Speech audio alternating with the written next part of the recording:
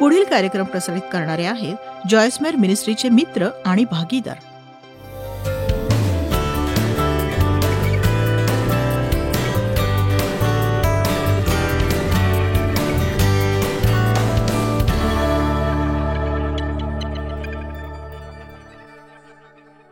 बघा, मी आत्म्याच्या फळाविषयी शिकवतेय. प्रीती, आनंद, शांती, सहनशीलता, ममता, चांगुलपण, विश्वासूपणा, सौम्यता, इंद्रिय दमन. आज मी ममता आणि चांगुलपणा यावर शिकवणार आहे. काहींच्या नात्यातच अवघड परिस्थिती आहे आणि मला चांगलंच माहिती आहे, पण मी तुम्हाला खरं सांगू का की कटुता आणि राग बाळगून खरंच काहीही फायदा होत नाही. उलट तुमच्या समस्या तुम्हाला कठोर हृदयी, वाईट आणि कटू बनवतील. तुम्ही काहीही करा, पण कुणालाही तुम्हाला कट्टू बनवू देऊ नका. मीही लहानपणी तशीच होते, कारण माझं शोषण झालं होतं. माझे वडील खरंच खूप वाईट होते. म्हणजे या सगळ्यातून हाच अर्थ नव्हतो, ते खरंच वाईट होते. आणि त्याच्या 18 वर्षांनंतर मी अतिशय कठोर हृदयी आणि वाईट होते. मी स्वतःला पुरवून घेतलं होतं. कसं वागावं हेच मला ठाऊक नव्हतं. माझ्यातून हे सगळं वाहू देण्याआधी मला परमेश्वराकडून स्वीकारावं कसं शिकावं लागलं. देवाला माझ्यावर प्रीती करू द्यावी लागली.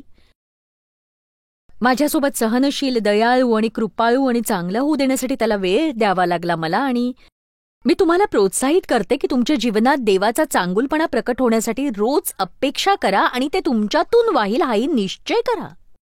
देवाकडून आलेली प्रत्येक गोष्ट ही तुमच्यासाठी आणि तुमच्याद्वारे हवी. तुमच्यासाठी आणि तुमच्याद्वारे. जर तुम्हाला पटलं असेल की तुमच्यासोबत राहणं सोपं व्हायला हवं, तर मग तुम्ही परमेश्वरासोबत तो एक प्रकल्पच का करत नाही की तुम्हाला ते आत्म्याचं फळ विकसित करायचं आहे आणि तुम्ही कठोर आणि निर्दयी बनू इच्छित नाही. प्रत्येक वेळी तुमच्या इच्छेनुसार झालं नाही की तुमच्यासोबत राहणं कठीण होऊन बसेल.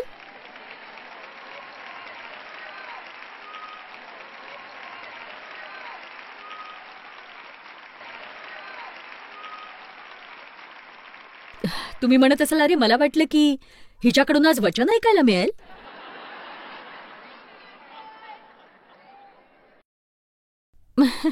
माझ्या समस्यांचं निवारण कसं करायचं याची अपेक्षा मी करत होते हिच्याकडून. मला वाटतं मी ते नक्कीच शिकवीन तुम्हाला. आमेन.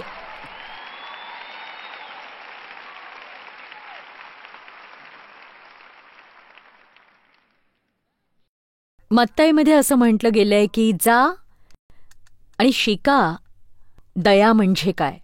दया. कलसीकरास 3:12 म्हणतं, तुम्ही देवाचे पवित्र व प्रिय असे निवडलेले लोक आहात, म्हणून तुम्ही जगात ख्रिस्ताचे प्रतिनिधी आहात. म्हणून तो म्हणतो की योग्यपणे वेश परिधान करायला हवा.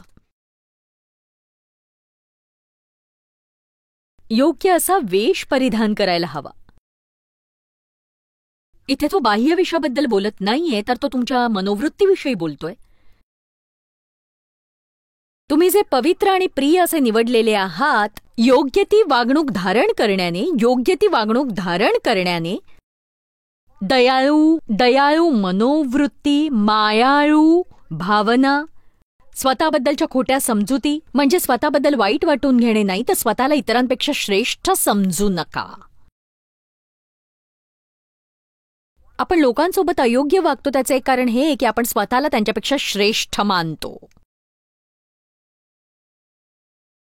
म्हणूनच करुणायुक्त हृदय, ममता, नम्रभाव, लीनता, सहनशीलता, सगळ्यांना समजून घ्यायला शिका. आणि कुणाविरुद्ध कुणाचे गारहाणे असल्यास आपापसात क्षमा करा. प्रभूने तुम्हाला क्षमा केली तशी तुम्हीही करा. प्रभूने तुम्हाला क्षमा केली तशी तुम्हीही करा. वचन 14, प्रीती अंगिल्या. याची तयारी आपण कशी करायची? या अध्यायातली पहिली 2 वचनं जर आपण पाहिली, यास्तव तुम्ही ख्रिस्ताबरोबर जर उठवले गेलात. वचन 1, तर ख्रिस्त देवाच्या उजवीकडे तेथे बसला आहे. ख्रिस्त देवाच्या उजवीकडे तेथे बसलाय. तिथल्या वरील गोष्टी तिथल्या वरील गोष्टी, मला हे आवडतं, तिथल्या वरील गोष्टी मिळवण्याचा प्रयत्न करा, पृथ्वीवरच्या गोष्टी नाही, पृथ्वीवरच्या नव्हे. माझ्यासाठी हे अधिक बरं पडेल की मी डेव्हने केलेल्या चांगल्या गोष्टींवर लक्ष केंद्रित करावं आणि त्याने केलेल्या काही गोष्टींकडे नाही ज्या माझ्या मनाविरुद्ध होत्या. माझ्यासाठी हे बरं होईल जर मी हा विचार केला की आज मी कोणासाठी काय करू शकते, ना की माझ्यासाठी कोण काय करत नाहीये. माझ्यासाठी हे बरं पडेल की मी माझ्या न जाणाऱ्या 12 वर्षांच्या समस्यांवर लक्ष केंद्रित न करता हा विचार करावा की मी आज कुणासाठी आशीर्वाद ठरू शकते की नाही. तुम्ही स्वतःलाच कशी मदत करू शकता हे मी तुम्हाला दाखवते. तुम्ही तुमचा आनंद ताबडतोब कसा वाढवू शकता आणि ते करत असताना देवालाही कसं प्रसन्न करू शकता हे मी तुम्हाला दाखवू पाहते. इथे असलेल्या कुणाला तरी हे पटतंय का सांगा मला.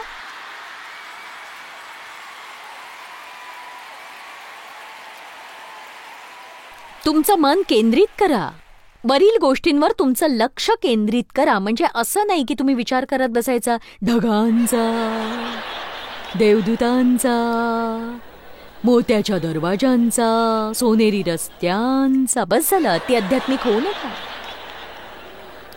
तो केवळ म्हणतोय की देव जो विचार करेल तसा तुम्ही करा. देवासारखं चारित्र्य विकसित करण्यावर लक्ष केंद्रित करा, परमेश्वरात वाढा आणि जगात त्याचं प्रतिनिधित्व करा उत्तम पद्धतीने. केवळ तुमच्या गाडीवर एखादं बंपर स्टिकर लावून मग जगासारखे वागत फिरू नका तुम्ही.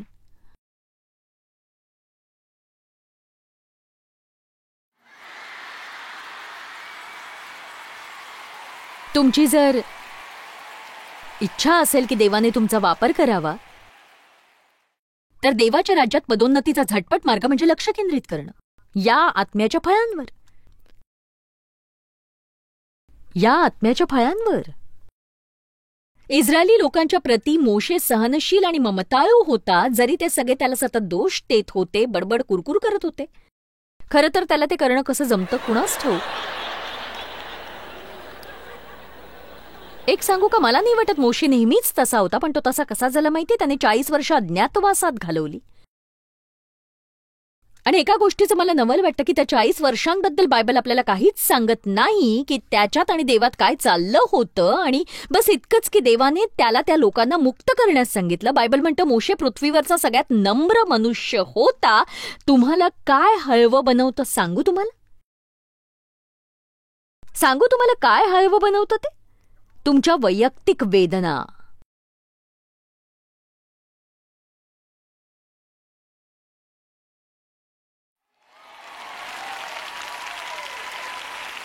तुम्ही कुठल्या तरी भयानक आणि कठीण अशा परिस्थितीतून पार जाता की तुम्हाला ते असह्य होतं,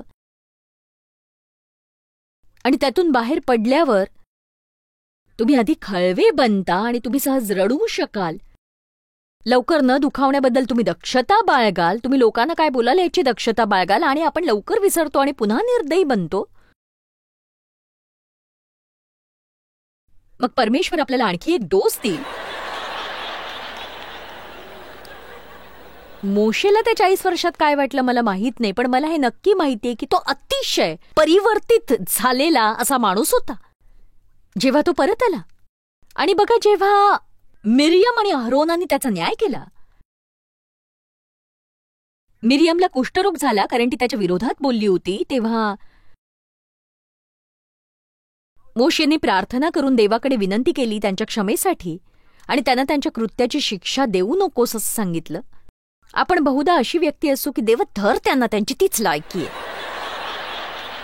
बघा, आपण कधी कधी आतल्यात खरंच खूप खुश होतो जेव्हा आपल्यासोबत वाईट वागलेल्या लोकांचं वाईट होतं. त्या वाळवंटात मोशे बाबतीत जे झालं ते झालं, पण तिथून बाहेर पडल्यावर तो कुणालाही दुखावू इच्छित नव्हता. तो कुणाला दुखावलेलं पाहू शकत नव्हता.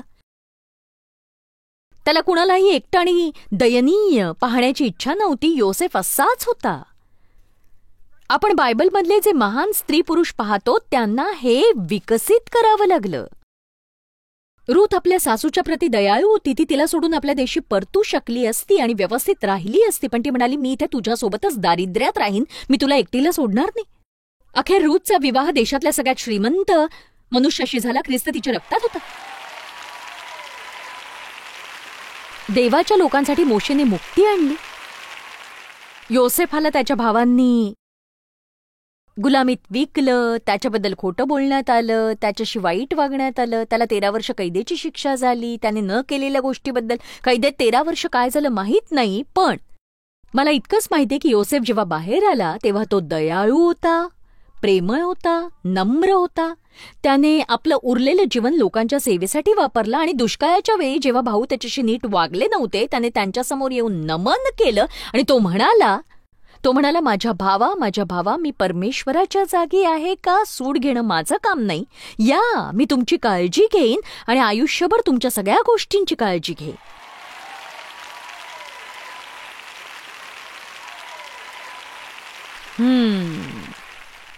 कुणाशी तरी चांगलं वागा. काही गोष्टी सोडून द्या. कसल्याही गोष्टीचा राग बाळगून आला असाल, सोडून द्या. ते सोडून द्या. एक सांगू, क्षमा म्हणजे कुणाला तरी हे एखादं बक्षीस असतं. तुम्ही यासाठी क्षमा करत नाही कारण ते त्याच्या पात्र असतात. तुम्ही क्षमा करता कारण तसं करण्यासाठी तुम्ही मोठ्या मनाचे असता. जगात कित्येक लोक चिडलेले आहेत. कुणाचं तरी द्वेष करणं म्हणजे विष घेणं आणि शत्रू मरेल अशी अपेक्षा करणं. त्याने तुम्हीच दुखावले जाता. स्वतःला आज मुक्त करा आणि ते सोडून द्या. कशावरही चिडले असाल, जाऊ द्या, पण हे योग्य नाही, हे बरोबर नाहीये. पण कोणीतरी आहे जो तुमची परतफेड करेल. परमेश्वर सूड घेईल. तो तुमच्या जीवनाची परतफेड करेल. परमेश्वर तुम्हाला मोबदला देईल. माझ्या वडिलांनी जे काही केलं त्याचा मोबदला देवाने मला दिला, पण मला त्यांना क्षमा करावं लागलं आणि त्यांच्या म्हातारपणापासून मृत्यूपर्यंत त्यांची काळजी घ्यावी लागली.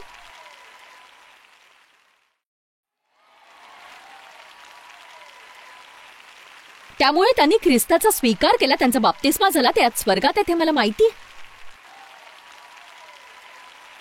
कुणाचा द्वेष करणं म्हणजे विजय नव्हे. कुणावर तरी चिडून राहणं हा विजय नव्हे. पण जर कुणी तुमचा छळ करत असेल, याचा अर्थ असा नाही छळ करण्यासाठी तुम्ही त्यांना आमंत्रण द्या, पण त्यांचा द्वेषही करू नका. सगळे तुमच्याशी कसं वागले याबद्दल बोलणं बंद करा. तुम्ही इतरांसाठी काय करू शकता याबद्दल बोला. ऐकलत का?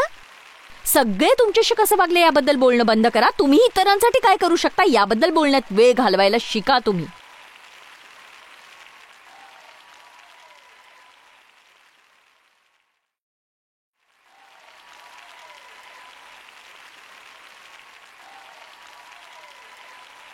आपण जगाला नुसतं बोलून नव्हे, काहीतरी करून दाखवायला हवं. आता हे तुमच्यासाठी कठीण असणारच आहे. हे सोपं आहे असं मी मुळीच म्हणत नाहीये.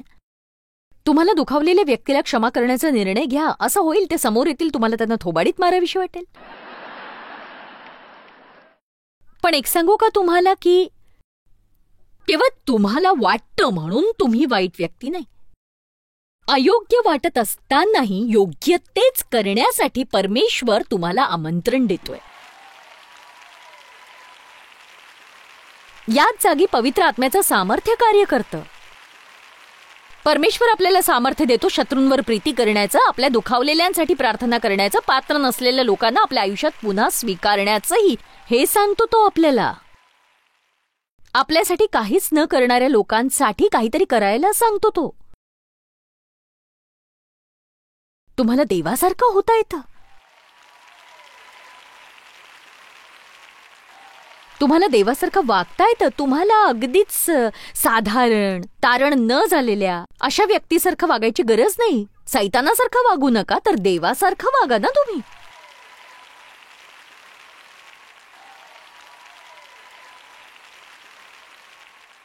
येशूबद्दलचं बायबलमधलं माझं आवडतं वचन प्रेषितांची कृत्य अध्याय 10 वचन 38, ज्यावर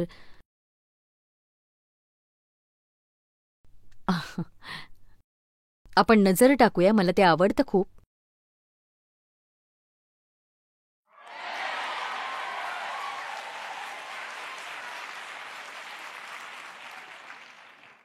ही सभा संपल्यावर माझ्याकडे तुमच्यासाठी एक नवीन कार्य आहे. हे वचन पाहूया आपण.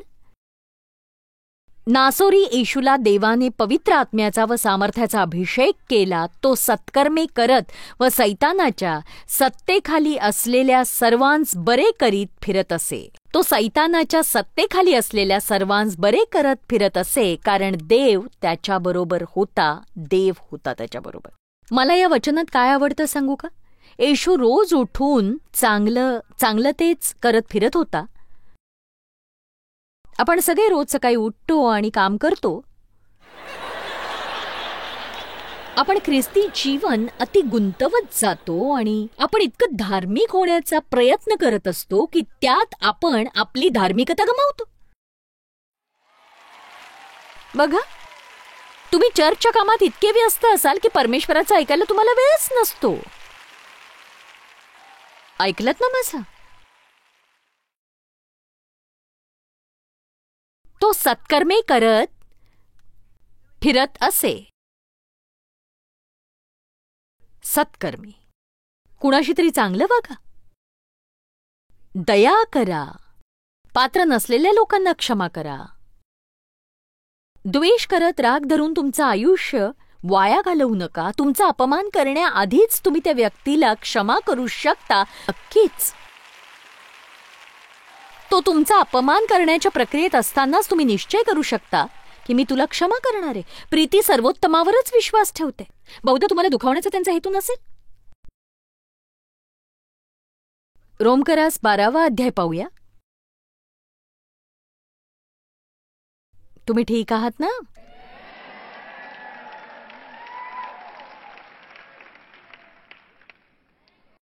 परमेश्वर चांगला आहे आणि म्हणून तुम्ही आता चांगले असणार आहात.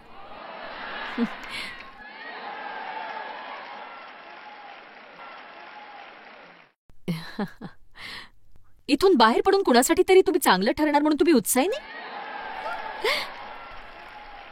मला तर असं वागण्यासाठी वाट बघवत नाही, माहितीये.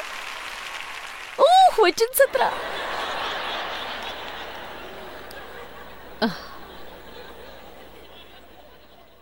वचन 17. रोमकरास अध्याय 12 वचन 17. वाईटाबद्दल वाईट अशी कुणाची फेड करू नका. सर्व मनुष्यांसमक्ष सात्विकपणा राखण्याकडे लक्ष ठेवा. साधेल तर सर्व मनुष्यांबरोबर आपणाकडून शांतीने राहा. प्रिय बंधूंनो, सूड उगवू नका, तर देवाच्या क्रोधाला वाट द्या, कारण सूड घेणे माझ्याकडे आहे, मी फेड करीन, असे प्रभू म्हणतो. तुझा शत्रू भुकेला असल्यास त्याला खायला दे, तान्हेला असल्यास त्याला प्यायला पाणी दे, कारण असे केल्याने तू त्याच्या मस्तकावर निखाऱ्यांची रास करशील. असं समजू नका. हो, त्यांना अडकवण्याचा मार्ग असेल हे मला माहीत होतं. याचा अभ्यास केल्यावर ते निखार म्हणजे प्रीती. आणि इथे आहे की बायबलमधलं सगळ्यात मोठं रहस्य 21व्या वचनाने तुमचं आयुष्यच बदलून जाईल. वाईटाने जिंकले जाऊ नका, तर बऱ्याने वाईटाला जिंका. वाईटाला जिंका. लोकांना क्षमा करण्याची जी आपली तयारी असेल, त्या दयाळूपणाची आपली मनोवृत्ती असते. आपण त्यांच्याप्रती कठोर होत नाही आणि त्यांच्या जीवनात आशीर्वाद ठरण्यासाठी आपली कृती म्हणजे चांगुलपणा होय. तोच चांगुलपणा होय. गलातिकरास अध्याय 6 वचन 10. माझ्यासाठी हे जीवन परिवर्तित करणारं वचन होतं. मी तुम्हाला हे सांगून संपवतेय. पण माझं अजून संपलेलं नाहीये म्हणून उठून चालू पडू नका. हे वचन माझ्यासाठी आयुष्य बदलवून टाकणारं होतं.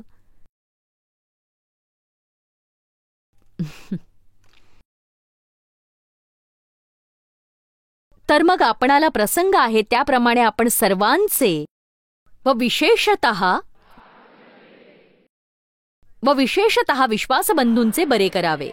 बघा, कुणाशी तरी चांगलं वागण्याची आपल्याला अनेक संधी मिळतात, पण आपण त्या चुकवतो.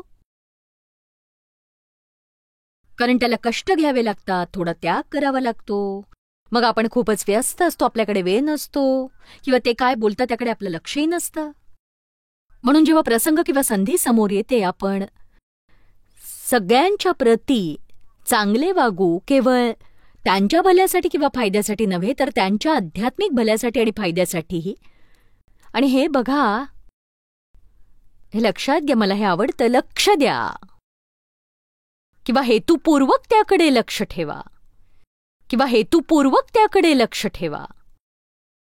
आशीर्वादित ठरण्यासाठी लक्ष द्या, विशेषतः विश्वासणाऱ्यांकरिता, ते जे तुमच्यासोबत देवाच्या कुटुंबातले आहेत. देवाच्या कुटुंबातले. आता बघा, याने तुमचं आयुष्य नक्कीच बदलेल. तुमचं लक्ष, तुमचा दृष्टिकोन, तुमची नजर, तुमचं व्यक्तिमत्व बदलेल. जर तुम्ही आज हे म्हणालात आणि बाहेर पडाल, देवा मला बदलायचंय, तू माझा उपयोग करून घ्यावास असं मला वाटतं, माझ्या जीवनात आत्म्याचं फळ विकसित व्हावं, मला जाईन तिथे लोकांशी चांगलंच वागायचंय. आणि जेव्हा 2-3 लोकांशी चांगलं वागूनही तुम्हाला मोबदला मिळाल्यासारखं वाटत नाही, तेव्हा सैतान म्हणेल, पण माझं काय, माझ्यासाठी कधी कोणी करणार आहे की नाही काही? माझ्यासाठी कधी कोणी काही करणार आहे का? अशाच वेळी तुम्ही म्हणायला हवं, परमेश्वर माझी काळजी घेईल. सत्कर्म करण्यात थकू नका, कारण हार न मानल्यास तुम्हाला योग्य हंगामात पीक मिळेल. त्याच्याकडे धाव घेणाऱ्याला तो प्रतिफळ देणारा असतो. मला तुम्हाला प्रोत्साहन द्यायचे की लोकांचं ऐकायला लागा. लोक तुम्हाला नेहमी सांगतात की त्यांना काय हवंय, त्यांच्या गरजा काय, त्यांना कशाने आनंद मिळतो. ते सतत सांगतात, पण आपण स्वतःतच इतकी गुंतलेली असतो की आपण ते ऐकतच नाही. पण त्यांची गरज भागवायची योजना करा. तुम्हाला ज्या गोष्टी अगदी सहज करता येतील त्या देवाला करायला सांगू नका, कारण तुम्हाला त्या करायच्या नाहीयेत. अरे बघ ना देवा, त्यांची गरज तू भागवू शकशील का? तुम्हीच काही पैसे काढून ती गोष्ट त्यांना आणून दिलीत तर सांगा. किती जणांना पटतंय हे सगळं? आपण प्रार्थना करून देवाला त्या गोष्टी करायला सांगतो ज्या आपण सहज करू शकतो, पण आपली इच्छाच नसते. एक सांगू का, मी बराच काळ एक योग्य ख्रिस्ती व्यक्ती होण्याच्या प्रयत्नात आहे. 33 वर्ष 33 वर्ष मी देवाच्या वचनाचा गंभीरतेने अभ्यास करत आले आणि मी 33 वर्ष त्याचं वचन शिकवतेय आणि मी स्वतःला आनंदी ठेवण्याचे सगळे प्रयत्न केले, पण याच गोष्टीने मला फायदा होतो आणि याच गोष्टीचा मला फायदा झालाय.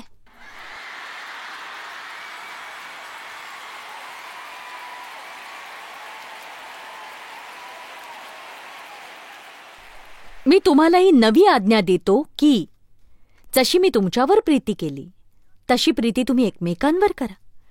यामुळे सर्वांना कळेल की तुम्ही माझे शिष्य आहात. तुम्ही इथे हे जाणण्यासाठी आला आहात की तुमचं जीवन कसं सुधारेल, तुमचं जीवन कसं प्रगतीपथावर जाईल, तुमचा आनंद तुम्हाला परत कसा मिळेल, तुमच्यासाठी काय नवीन घडून येईल. प्रीती, आनंद, शांती, सहनशीलता, चांगुलपणा, ममता, सौम्यता आणि इंद्रिय दमन, याच गोष्टीत तुमचं उत्तर आहे. देवासाठी जे महत्वाचं आहे तेच तुमच्यासाठीही असू द्या. देवासाठी जे महत्वाचं आहे त्यावर जर तुम्ही लक्ष केंद्रित केलं, तो तुमच्या प्रत्येक गरजा भागवण्यावर लक्ष केंद्रित करेल. मला वाटतं कठीण परिस्थितीला सामोरं जाण्याआधी आपण प्रार्थना करायलाच हवी. दररोजच आपण का प्रार्थना करू नये सांगा? देवा, आज दया करण्यास मला मदत कर, मला दुखावणाऱ्या व्यक्तीस क्षमा करण्यास. आपण आपलं जीवन आत्म्याच्या फळाच्या परिपूर्णतेत जगूया. मला नाही वाटत हे अगदी सहज घडेल. आपण त्यावर लक्ष केंद्रित करावं. आपल्याला त्याची इच्छा हवी, आपल्याला त्यात वाढण्याची इच्छा हवी. जेव्हा आपल्यात ती इच्छा असते, परमेश्वर आपल्यासोबत असेल आणि ते घडवून आणण्याचं सामर्थ्यही तो आपल्याला देईल. तुमच्या आयुष्यात कसे आशीर्वाद येतील. मला वाटतं तुम्हाला ही शिकवण फारच आवडेल. जॉयस मायर मिनिस्ट्रीज करता तुम्ही खूप मौल्यवान आहात. आम्हाला तुमचं कौतुक आहे आणि जगभरामध्ये हे सेवा कार्य शक्य करण्याकरता आम्ही आमच्या मित्रांचे आणि पार्टनर्सचे आभारी आहोत. आम्ही एकत्रितपणे भुकेल्यांना खाऊ घालतो, गरिबांना वस्त्र देतो आणि राष्ट्रांना सुवार्ता सांगतो. तुमच्या प्रार्थनेच्या विनंती करता आमच्याविषयी आणखी माहिती मिळवा. जॉयसच्या कॉन्फरन्सच्या तारखा पहा आणि ख्रिस्ताची प्रीती जगभरामध्ये पसरवण्याकरता आमचे सहभागी व्हा.